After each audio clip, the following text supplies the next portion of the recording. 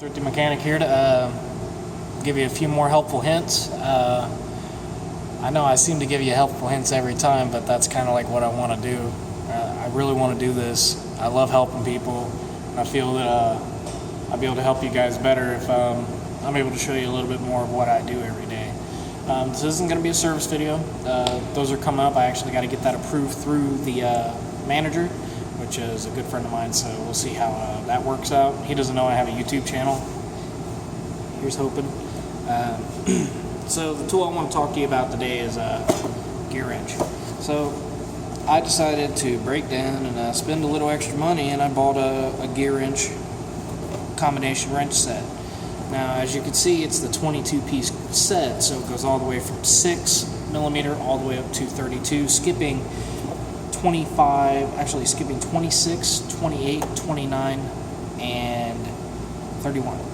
So, yeah, it's one of those things like, I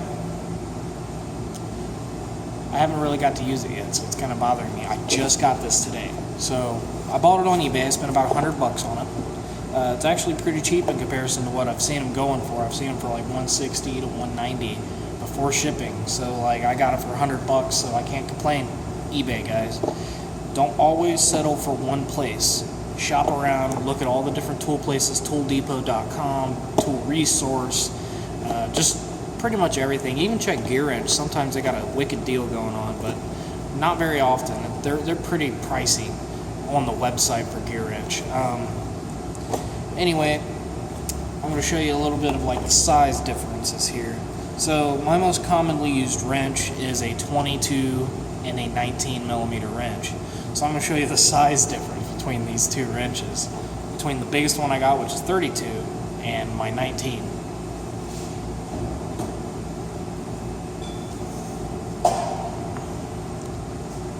You guys ready for this? Look at that. Boom.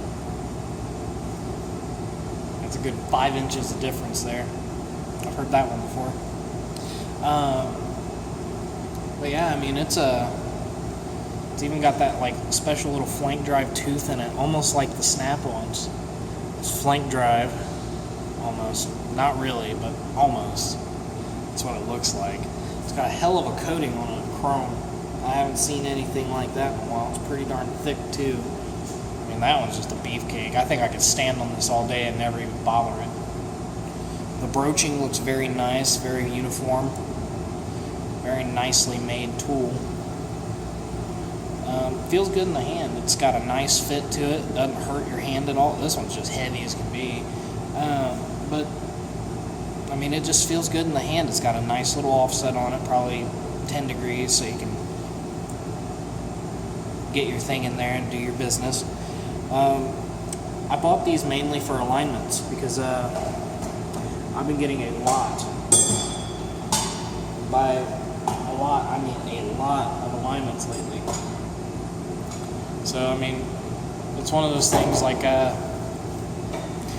when the need arises, you purchase what you got to get. So that's what I'm always talking about and preaching to you guys. And I know I'm preaching, but don't buy things because you want them. Buy them because you need them and you got to use them. Because if you buy what you want all the time, you're probably not going to make any money with that tool most of the time. Now, like, I want a 1/2-inch impact from Mac, the AWP050, wink wink.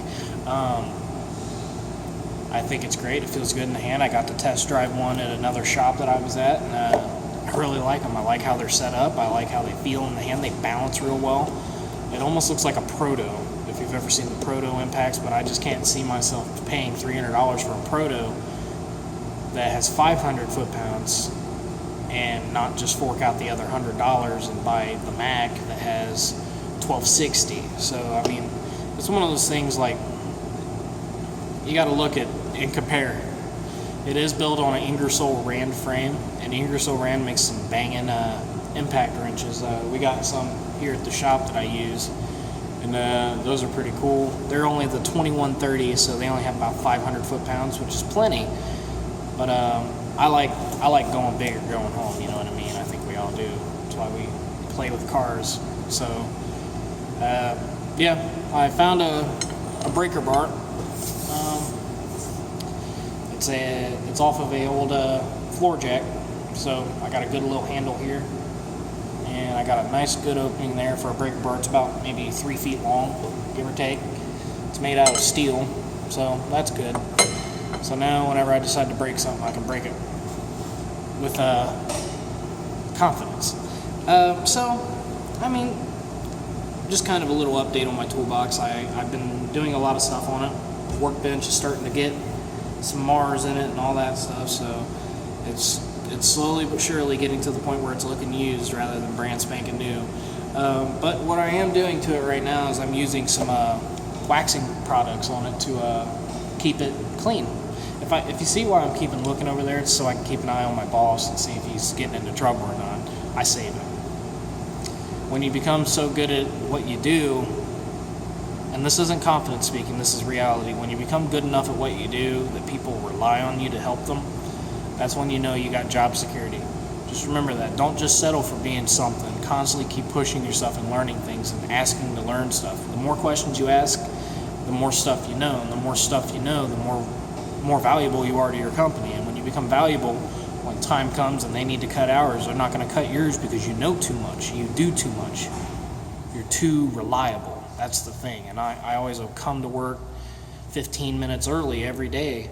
I was almost late to work a couple weeks ago. I was only like 4 minutes before I was supposed to clock in, and he was like, I was worried about you weren't here on time. You're normally here like 15, 20 minutes early, and you were here now instead, and I was worried about you. I was getting ready to call you and see if you were okay. That's important. So when they start expecting about 10, 15 minutes early and you keep that up, it looks good on you. You're not one of those people that show up late, don't show up at all, or whatever, and you give bogus excuses.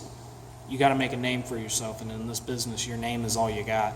So if you got a bad reputation, people aren't going to want to work with you, and if you got a bad reputation, people aren't going to want to hire you either.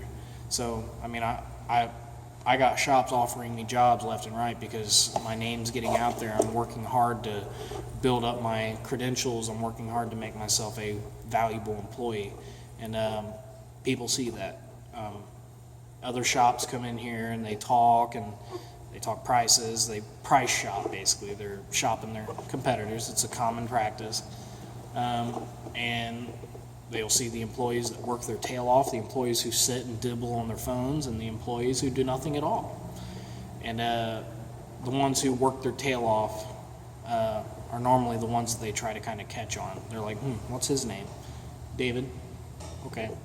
And they'll find out some way to contact you, and they'll talk to you that way. It happens quite a bit. So back to my toolbox. I've been using some products lately to kind of keep it safe. Everybody says use some car wax or something to help keep it clean and to avoid scratches and stuff like that. So I kind of decided to jump on the bandwagon on that and agree. I'm using a couple different products, one as kind of like a preventative wax, and one like whenever I do notice like a small scratch or something like that, like I'm leaning up against it or something, and I decide to move the wrong way and I scratch something, I try to fix it that way. So the first thing I got, new finish. You guys have seen this stuff before. It's been around forever and a day. It's pretty straightforward with what it is. It's one second. He needed help. Anyway, it's pretty straightforward what it is. You put it on, you wait till it dries, and then you wipe it off. There's no rubbing. It even states it on the bottle. No rubbing, no buffing. So that kind of appealed to me because I just want to put it on and leave it call it a day. But I don't know how much I believe it, so I'm going to give it a couple tries and see how it works. It says it's a once-a-year car polish, and you got to apply it a month later to get it to really sheen up. So I'm going to give it some time, and we're going to see how it rolls. The next thing that I've been using like crazy is obviously not over here, but it's Meguiar's 2X Scratch Shield or whatever it is. If I had it over here, it's still over there at the grinder.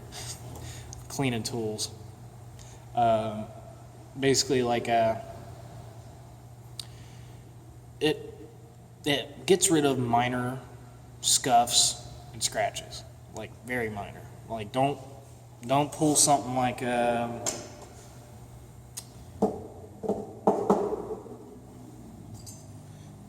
this wrench expecting it to come out looking like chrome, because it won't do anything like that. It will get rid of minor stuff though. I've noticed that.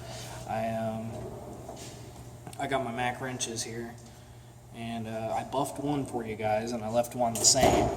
And I don't know if you can tell which one's been buffed or not, but I know I can, and it's this one right here that I'm shaking, my 19. It definitely sheens a bit better. It looks like glass or a mirror almost, and it is pretty. So yeah, there's that. I'm planning on doing some stuff in the future. I'm going to create a Facebook page for all the Thrifty mechanic stupidity that I like to get involved in. With everything going on, with all the political dipstickery going on, I don't know if I want to get too crazy with it, but I like my dipstickery myself, and I like acting stupid on my own priorities. So I might start making videos. My brother, he's got a bunch of nitro RC cars, so I might make something talking about how those work and operate using nitromethane gasoline instead of a regular old 87 octane or something. I'll also talk about how the suspension components in that are totally different than anything you've seen before. So keep an eye out for that. Yeah, I think that's it for now. I'll probably put an update video up in a couple days and try and see how I'm coming along with the Facebook page and the Instagram. So I'm David from Thrifty Mechanic, guys. If you got any questions, like, comment, subscribe, shoot some comments at me. I love answering questions. Some of you guys have been shooting questions like, will it take off lug nuts, or is it a good toolbox, is it good this, good that, pros and cons, stuff like that. And I try to answer it as honestly and unbiased as possible. These are all tools that I purchased with my money that I work for. So I mean, I can't get everything every time, but if you kind of shoot some ideas at some tools that you want to see reviewed, I'll see what I can do about testing them. I got some tools that my coworker owns that I'm going to review as well that I've been using kind of a lot. So we'll see how it goes. I'm David from Thrifty Mechanic, guys. Stay thrifty out there, and I'll see you next time.